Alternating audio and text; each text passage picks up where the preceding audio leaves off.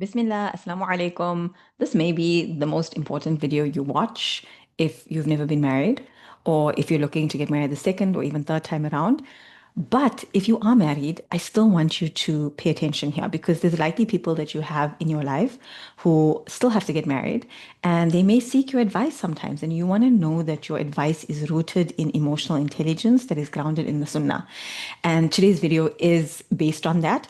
And if you're married, you may just find that in watching this video, you get a clearer idea of why parts of your marriage are not working and what you can do to fix it, inshallah, like what skills and changes you need to focus on to fix it, and also which parts of your marriage can actually improve, inshallah. Okay. So, because as believers, we are striving for ihsan. Okay. So, this beautiful PDF, mashallah, is something that I put together recently.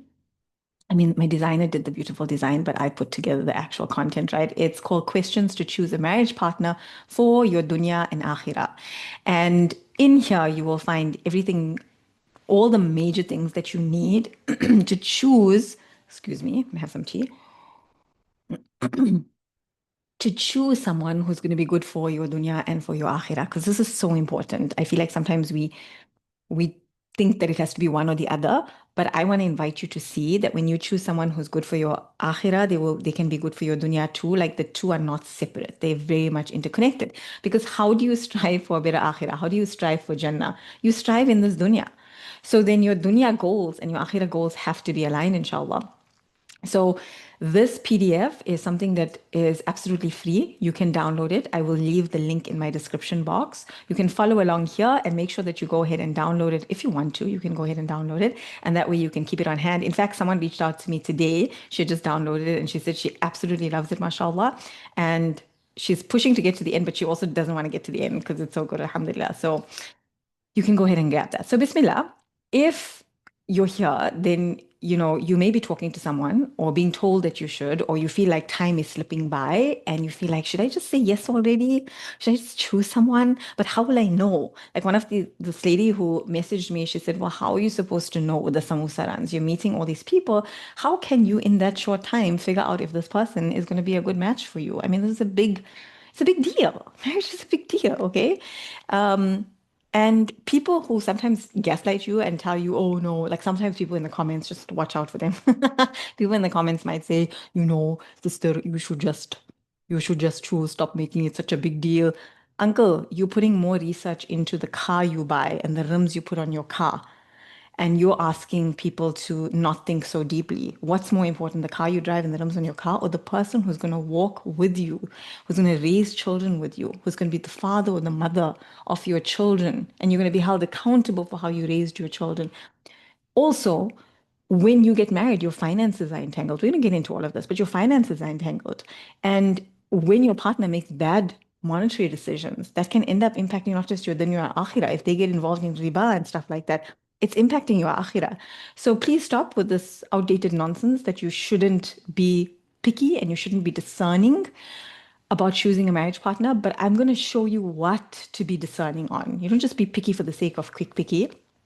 I'm going to show you what to be specifically discerning on, right? Okay, so this is a life altering decision. It's not just going to alter your dunya. I can't say this enough. It's going to alter your akhirah.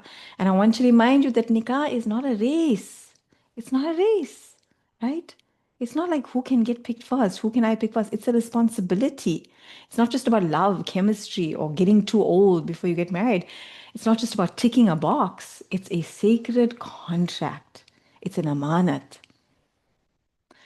And it's a partnership that can either help you get closer to Jannah or slowly drag you away from it. Every part of your life, it affects every part of your life. And yeah, even things like I mentioned, riba, how you manage conflict, how you spend your time and wealth, all have long-term consequences, not just financially or spiritually too. But okay, so this isn't just a list of cute questions to ask a potential suitor. This is a tool for discernment designed to help you see past the surface so that you can choose someone who aligns with your values, your missions, and most importantly, your path to Allah. Okay. Um, because this is this one, being chosen by the wrong person is not a blessing. It's not. It's really not. Okay, let's dive into it, right? Section one, the most important section. Okay, this is broken down into 7 sections in my 10 plus years of helping people through all kinds of issues, including marital issues. I have gained a lot of experience. I'm also married for almost 19 years, mashallah. So I've gained a lot of experience of where breakdowns can happen in a marriage. And so this marriage guide is based on that. It's based on other people's mistakes. The other day, I was with a client that I'm mentoring, and she was like at a critical point where she's not sure whether well, actually, she wants to leave the marriage. And she was telling me, she's been married for a few years now, they have a few children, and she's telling me that when she chose this person to get married to, she didn't know what to look out for. She didn't know what to ask. And when the elders told her, oh, it's a good guy, she went for it. And it's not that he's a horrible guy, but he really doesn't know how to be a good husband. He does not have the qualities, he does not have the emotional maturity, he just does not have the capability yet of being a good husband. And so he's become like another child for her, another child that she has to look after. She feels so alone and burnt out and overwhelmed because she has to play the masculine role in the home and in the relationship, not because she wants to, but because if she doesn't, he makes these horrible decisions that ends up like having very dire consequences on her and her children and their household and their finances and all of that. May Allah grant her goodness. And so when I had that session with her, I thought about you guys and I thought I have to make this video. I have to let you guys know. Yes, at the end of the day, no matter how well prepared you are, no matter what questions you ask, Allah may still put you through difficulty, but like I said, people put so much time and effort into choosing business partners, choosing the right, studying to get the right job, studying to secure all of that, but they don't put anywhere near that amount of effort when you're getting married. Make it make sense, Habibi. But anyway, first one, Deen and Akhirah alignment. For a Muslim, marriage isn't just about companionship, it's about choosing someone who will walk with you as you both strive for Jannah. This is really important. No one talks about this. We really don't. We just say marriage is half your iman and boom, boom. Like as though as soon as you get married, you get handed this golden contract of half your iman and khalas, that's all you have to do. But remember, his spiritual values will shape how you make decisions, how you raise children, how you handle conflict, how you define success in your marriage. If he's the kind of man that says, oh, sunnah, sunnah, you're romanticizing it, but in the real world it's not like this, then there's no basis point. There's no shared values. Because if you're speaking from the Sunnah and you're speaking for striving for Jannah, and he's just like, nah, I don't agree. I don't think that's a big deal. I live my life differently. It's very hard to actually come to common ground with someone on that, right? So making salah, praying 5 times a day is the bare minimum.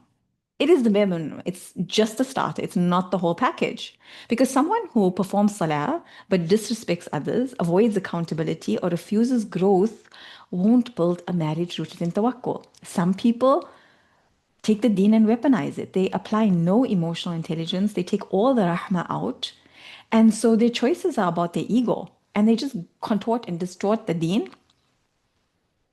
May Allah save us. So, questions to ask, because this section will help you dig deeper than surface level religiosity of, yeah, so sure, I'm a Hafiz, yeah, sure, I read 5 times Salah. And you're going to be able to ask questions that reveal whether someone truly lives by the deen. They don't just perform it, because there's a big difference. So, some of the questions: what do you do when your iman is low? I think this is such a powerful question. And by the way, as you go through this, you'll notice these questions are also going to stop and make you think about your own relationship with Allah, your own values. It may also help you uncover the areas that you need to grow in, where you need to improve, right? What role does the Quran and dua play in your life? This is so much more than just saying, oh, do you read Quran? Do you make dua? I mean, who's going to say no? Even if somebody like picks up the Quran like once a year in Ramadan, they'll be like, yeah, sure, I read Quran. But what role does it play? We're not just asking you how frequently you do it, you're asking what role does it play? How do you view the husband's responsibility as a qawwam? And he may say, oh, what? Or he may give you a very surface level answer of like, yeah, yeah, I know, I have to provide. Or he may say, well, you just have to do everything I say. And then you're like, okay. What kind of legacy do you want to leave behind? These are deep questions. And don't fill the silence. Let the person think. Um, red flags that you want to look out for. Someone who treats Islam like a checklist. They're just like, yeah, yeah, boom, boom, boom, checked. But they're not actually embodying the sunnah. They're more interested in like just the surface level stuff, but not the deeper stuff. Someone who isn't open to learning or growing spiritually. Very important. Uses deen to control or silence women. You know what I'm talking about. Believes that women don't need to further their spiritual education or otherwise as long as their household chores are done. This is such a big red flag. Such a big red flag. Run. Run, because he doesn't see your deen as important. Run. Sees religious practice as your department, not his responsibility. Meaning that some men are kind of like, no, you teach the children deen. You teach. I got a message from someone the other day saying that husband is a nice enough guy. He doesn't read salah. Their children are now watching because only she reads salah. That's big. That creates a big problem because leaving your salah is a major sin. May Allah keep us steadfast in our salah. Thinks he's automatically a better Muslim because he's a man. Okay, section two, emotional intelligence and conflict resolution. Oof, oof. Okay, so a lot of women dream about marriage by imagining the sweet moments, the stuff you see on TikTok and Instagram. I mean, I love those edits. They're so cute. Matching Eid outfits, doing Quran journaling together on a Sunday morning, posting that cute. My husband surprised me with cute coffee and flowers story. And I'm not making fun of it. Like we all want that. May Allah grant you that. And those are beautiful moments. But Nikah isn't just about those things. It's built on emotional intelligence, right? And even if that's like a very important part of what you want, you're going to need someone who has the emotional intelligence to understand how you like to be loved. Remember, you're not choosing someone to enjoy the highs with only. You're choosing someone who knows how to ride the lows without destroying you in the process. Some people are just fun time guys or fun time girls. Like they're with you through the laughs and they're great, but when things get tough, when things get rough, they implode, they collapse. They're not there for you. They're not there for themselves even. They don't know how to handle it. And let me tell you, when you get pregnant, when you have children, things get very real. The stakes get higher. You need someone who has that resilience, who has that taqwa, who has a connection to Allah subhanahu wa ta'ala, who leads with emotional intelligence that's rooted in the sunnah, who sees Rasulullah sallallahu alaihi wasallam's behavior as something that he's striving for, not something that he just places on a shelf as an ideal. You want someone who knows how to disagree without being disrespectful, without insulting you, without being contemptuous, and how to repair instead of retreating or raging. This is so important. No matter how good the person is that you marry, at some point you're going to hurt each other. Not intentionally. I mean, if someone's trying to intentionally hurt you, run. But even unintentionally, you will end up hurting each other. Not because you're mean and evil, because that's just how dunya is, and that's how insan is. And the ability to repair, the skill of repair means that you know how to come back to each other, that you have enough emotional intelligence, you know how to regulate and move through your own emotions, hear each other out, make space for each other's emotions, and have the talks and the conversations you need to and know how to meet each other's needs and create that repair.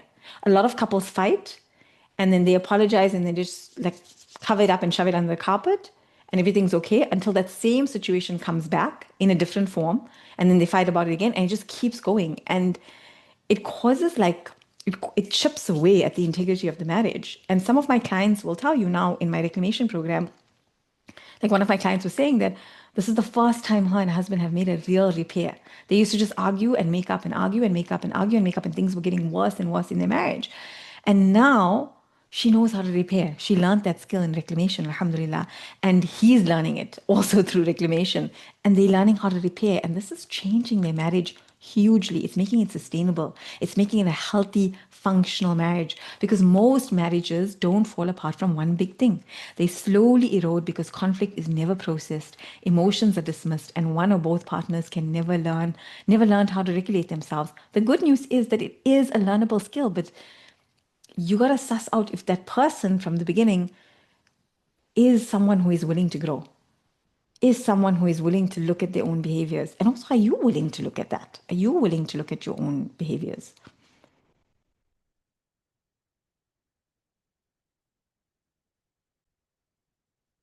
And obviously, you cannot just ask someone, well, how is your emotional intelligence? Are you an emotional intelligence person? Duh, obviously, they're going to say yes. But so that's why I've got this section to help you ask the deeper questions that expose how someone handles it, right? Because, yes, someone who reads their salah is the bare minimum, and they say they're on the deen, but are they showing that in their character? The beautiful thing about Rasulullah Sallallahu Alaihi Wasallam and the Sahaba was that they literally changed their identities to become people who embodied the Quran, who embodied things. It wasn't just about ritual, it wasn't just about external. Who they were on the inside fundamentally changed. When you study the people around him, Rasulullah Sallallahu Alaihi Wasallam, some of them did some really awful things before they came to Islam. And they didn't just carry that attitude with them into Islam, they allowed Islam to alchemize them. They allowed their connection to Allah to soften them. They changed who they were internally. And Rasulullah Sallallahu Alaihi Wasallam was the best mentor in terms of emotional intelligence. Being around him, he was literally a nervous system soother, a nervous system regulator. Just being around him, people felt seen, people felt safe. People could finally, heal from their woundings, heal from their traumas just by being in his presence. That's how powerful he was, mashallah. That's how powerful his rahmah was. And their akhlaq rose to a level, right? So, questions to ask was, when was the last time someone close to you was upset and how did you handle it? What's something a loved one has challenged you on and how did you respond? Now, you don't have to ask every single one of these questions, but choose a few. Choose a few. And once you get through one or two of them, you'll start getting an idea of where this person is at. How do you know when you need space versus when you need to talk things through? This is so important. This is so important because what I found in my work is that your anxious attachment and your avoidant attachment peoples are magnetized to each other. They get married. Everything is fine until it's not. And the avoidant runs away, needs space, wants to not talk about things, avoids confrontation, shoves everything under the carpet, and then explodes. And the anxious goes, let's fix it, let's fix it, let's talk. Don't go to bed angry. Talk to me, communicate. Why won't you communicate? And the more the anxious does that, the more the avoidant runs away. And this marriage starts to break down. So when somebody understands, do they understand themselves? Do they understand how they respond when they're upset? The goal here is not to try and find someone who never gets upset. That doesn't exist. Every human being gets upset. That's how Allah subhanahu wa ta'ala designed us. The goal here is to find someone who has the awareness to know when they are upset and has the emotional intelligence skills to not then, there's no power and my light has gone. So we're just going to be in the dark here. But so to someone who knows how to handle themselves, how to handle their emotions, how to not start insulting you or stonewalling you, that is really the goal here. How do your parents handle conflict? This is a big one. This is not just you snooping around in their personal life, but your parents shape your blueprint. Your parents shape your blueprint of how you handle conflict. And so this is going to give you clues. What parts of your parents' marriage do you want to replicate or do differently? This is so important because it's going to give you clues about whether this person stops to think about what they've been through and what they've witnessed, and whether they can look at it and go, I've realized these parts have worked, these parts have not worked. Here's how I want to do it differently. A big red flag is if he's never thought about this before, that's okay. That's not a red flag. But if he avoids the question, or if he idolizes one parent while demonizing the other, or he says, well, that's none of your business, that is worth noting because it actually is your business. And again, not for the sake of gossiping, not for the sake of judging, but the sake of trying to discern how he feels about these issues. You are not asking to judge this family. You are not asking this to judge the family. You're trying to understand what is the blueprint for emotional intimacy that he inherited. At the same time, also look at the blueprint for emotional intimacy that you inherited. Are you aware of this? When you look at these questions, how would you answer them? So the red flags to look at here in terms of emotional maturity is if he shuts down, stonewalls, explodes during disagreement, uses sabr as an excuse to avoid accountability, avoids vulnerability at all costs, like wants to just glaze over everything, says women are just emotional. By the way, biologically, men are also emotional. Anger is also an emotion. Here's my big sister tip, how to read between the lines. When they share a story about their past conflict, I want you to read between the lines, listen closely. Do they take ownership or they just explain why the other person was wrong?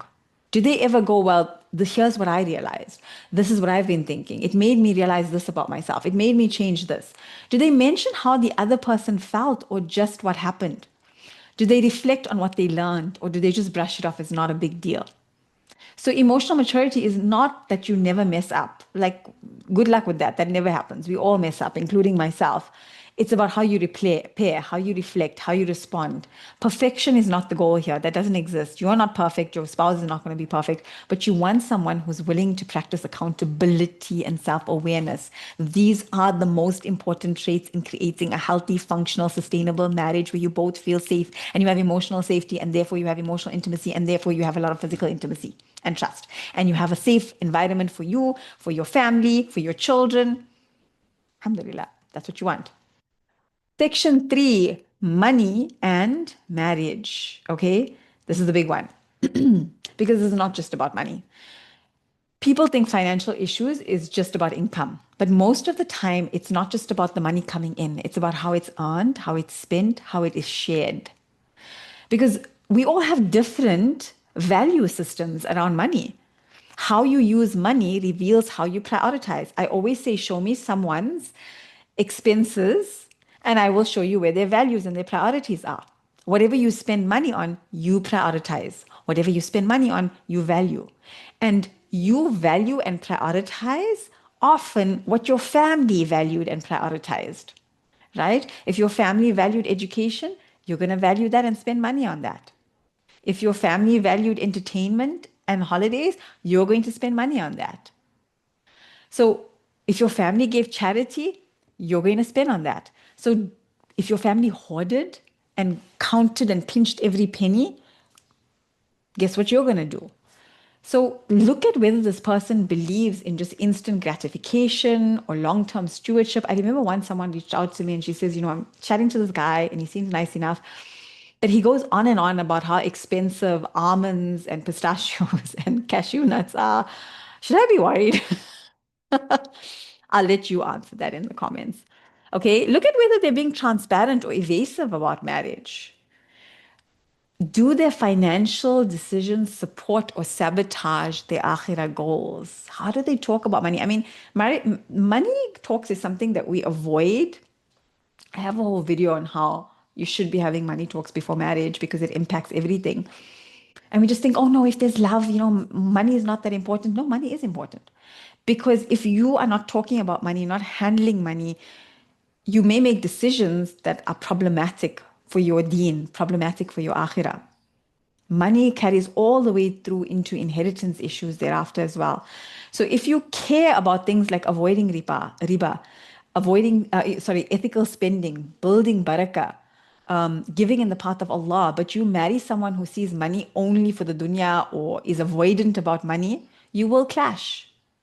And you might even be forced to compromise your akhirah to just keep the peace, right? If he says, well, you shouldn't worry about money, that's my thing. Well, if he loans someone money and he passes away, that loan sits against his estate. Like there's a lot of stuff. There's a lot of stuff to look at. So this section isn't just about budgeting. It's about financial compatibility. It's about power dynamics and the spiritual impact of how you both engage with this resource, this amanat of money. Questions to ask. Are you currently in debt? This is important to know. If so, what kind? What are your views on interest? Is there ever a circumstance that would make you consider engaging in it? These are really important things to know. Because once you're there and now the two of you have a family together and you have children and he's busy going and taking out interest-based loans, what are you going to do? If we disagreed about something financial, like taking a loan or giving sadaqah or how much to save, how would you approach resolving it? You are never always going to 100% agree on all money issues. Again, that's not possible. But there should be some emotional intelligence in how you resolve the issues. How do you currently manage your money? Do you follow a system? How do you feel about your wife working or earning her own money? If your wife was earning more than you, how would that make you feel? What would you expect? How do you decide what to spend on, what to save for, give in charity? Now, if he's vague about the income, spending, or debt, but expects full access to your money, that's a big red flag. If he uses his providership as leverage to control, that's a red flag. If he sees riba as a necessity in today's world with no effort to seek halal alternatives, that's a red flag. If he says things like money isn't everything, that's a red flag because yes, it isn't everything, but it sure does impact a lot of things when you have children, especially. Okay. And this view of money isn't everything is just a really immature take. It's really just immature. And it's an avoidance strategy. It's a strategy to avoid responsibility in your life. Green flags to keep in mind. If he sees money as a form of amana, if he's comfortable with transparency, if he makes financial decisions with akhirah in mind, not just convenience or ego, he's open to conversations about money without guilt tripping or gaslighting or shutdown. Section 4, gender roles and shared responsibility. Now, this section is not just about who washes the dishes. It's about emotional labor. It's about power dynamics. It's about whether your husband sees you as a teammate, as someone to be cared for, or as a subordinate to order around. Does he see his role as a qawwam, meaning that he just gets to dominate and you just shut it? So is he looking for a partner in purpose or a personal assistant in hijab? So this section will help you uncover whether he has the maturity and humility to be a good qawwam, to be a worthy qawwam, to be the kind of person that you feel safe enough to build a home with. In your opinion, what makes a woman a good wife? What makes a man a good husband? These are really good questions. You should ask these too. You may find as we're going through this that you're suddenly starting to see marriage very differently. Congrats. That was the point of this.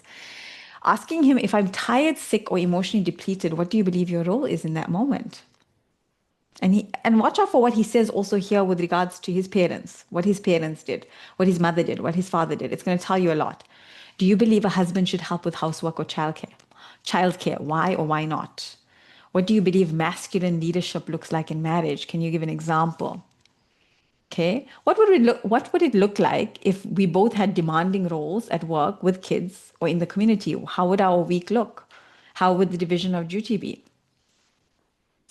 There's a few more questions here. Red flags. Frames every disagreement as disrespect.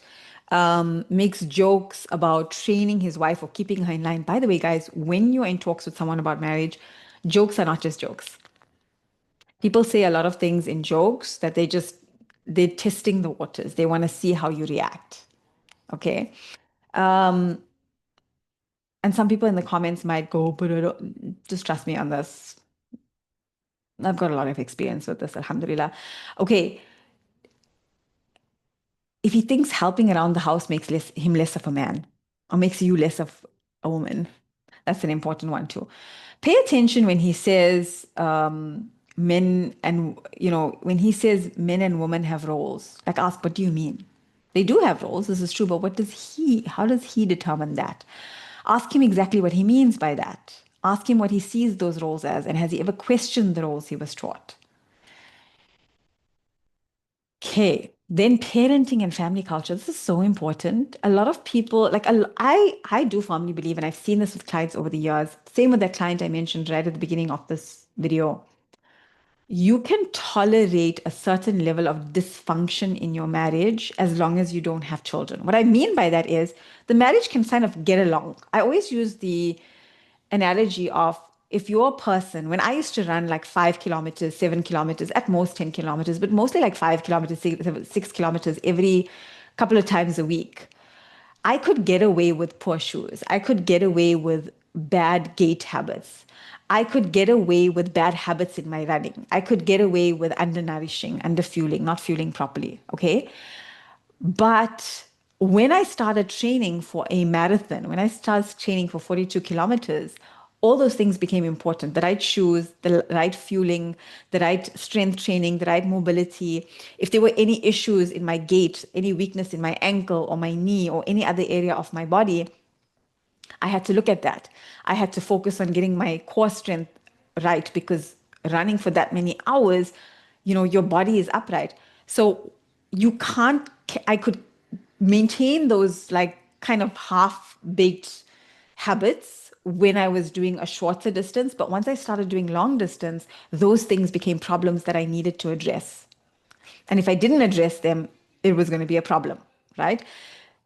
The same goes for marriage. When it's just the two of you, and you have both, like one or both of you has dysfunctional habits, maybe you're emotionally immature, or you have some negative thinking, or you don't have good agreements on money or value systems, of all of those things, you can still get away with it. But when children come, it places such a huge sense of responsibility on both your shoulders. It creates so much stress in the household because you have these babies to take care of, and there's more expenses, and there's less sleep, and there's less resources, and there's just so much more. You are both going to be pushed to your edge emotionally, physically, mentally, financially. And so all of those dysfunctions that were okay while it was the two of you are going to come roaring forward. This is why it blows my mind when people say their marriage is in trouble, they should have a baby. Like, that's the worst thing you can do. Because children, once you have children, they are such a blessing, mashallah, but they also reveal every little flaw in your marriage. Every little dysfunction in your marriage is revealed. And so when you say yes to someone, you're not just saying yes to a husband. You're saying yes to the man that your children will call dad. The man whose tone will echo your home, whose nervous system will shape and affect theirs. If he is just shutting down or he is screaming and shouting, how do you think that impacts the children? How do you think that impacts you? Because your children will reflect your nervous system, your emotional state. If you're in constant fear or worry or anger because of your spouse, how do you think that's affecting your ability to be a mother? And parenting is one of the least discussed topics before Nikkah. Too many women only discover their husband's views on raising children after the child is already there. And by then, you're already dealing with the problems. And you have a child now. And you're supposed to just make it work. So parenting and family goes far beyond asking, how many children do you have? How many children do you have? Or do you want, rather? How many children do you want? How many do I want? It's about how you model the deen, how you handle tantrums.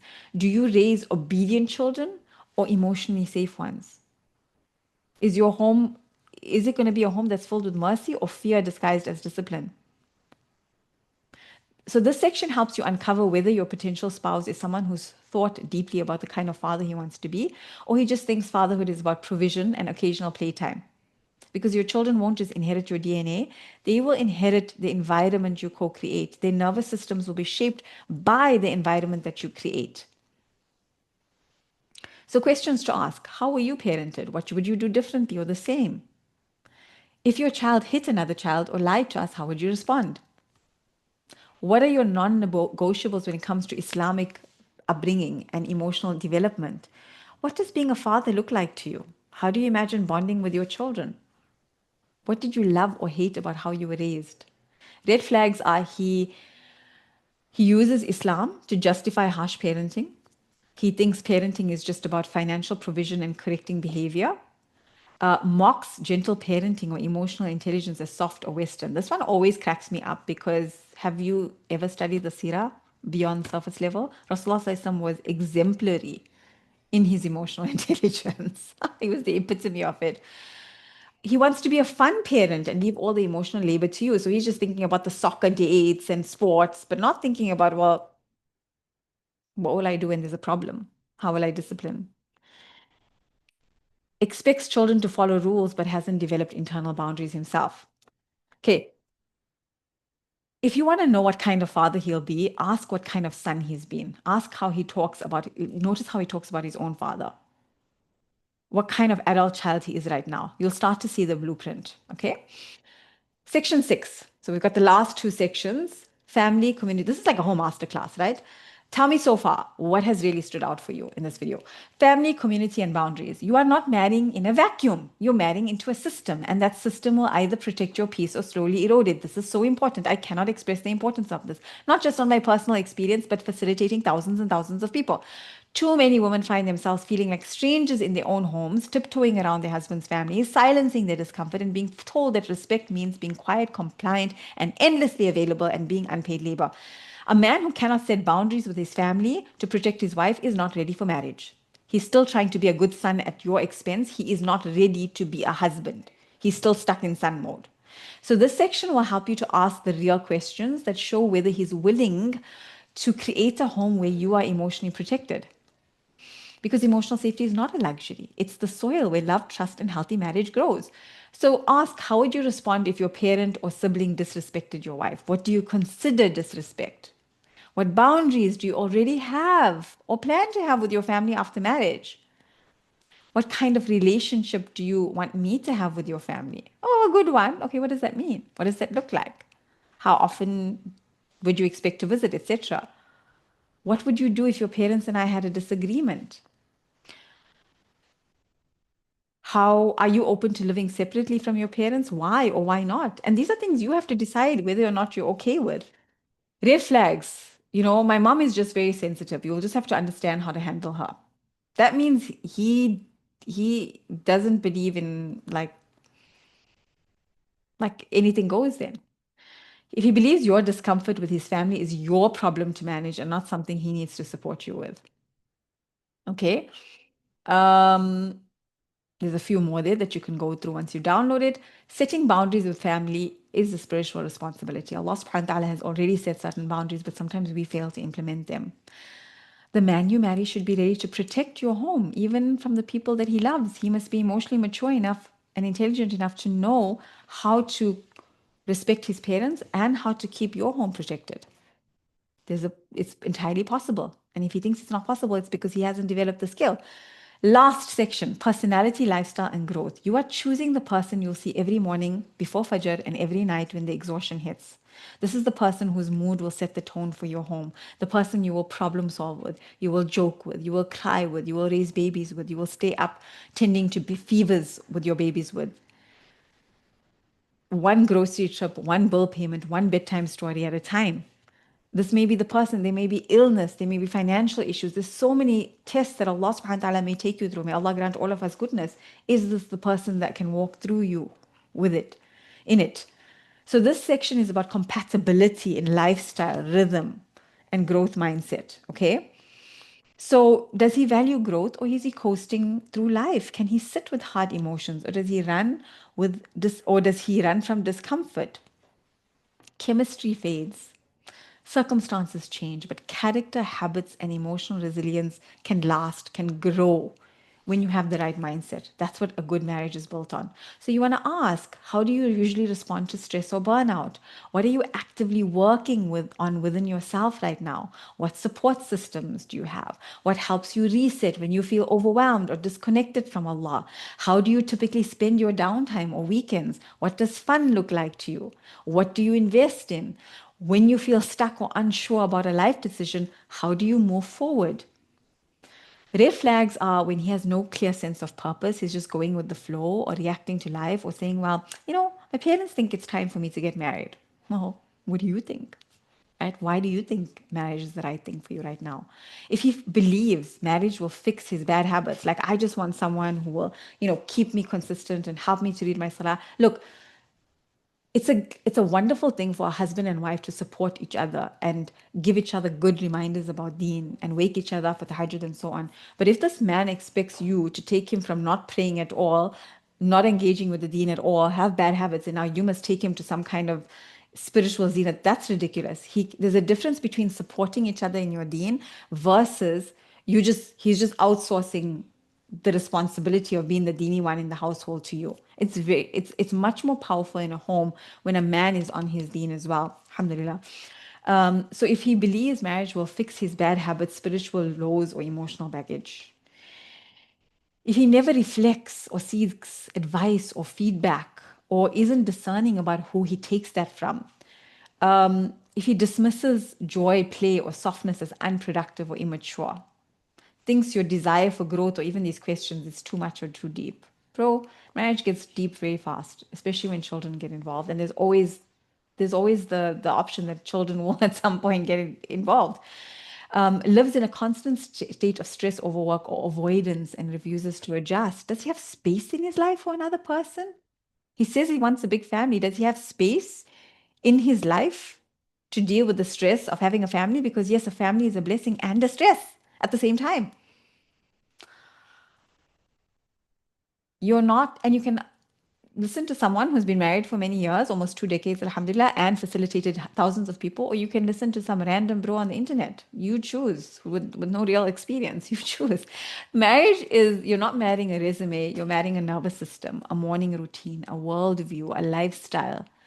You need someone whose default state is compatible with your peace. Pay attention to what his life feels like, not just what it sounds like when he's trying to impress you. And I put a dua here and also a special something at the end. It's a special gift. So make sure you go ahead and you download this. It's in the description box. And let me know what really stood out for you. Let me know if you have any questions. Okay, I'm sending you love and du'as. Take care. Assalamu alaikum.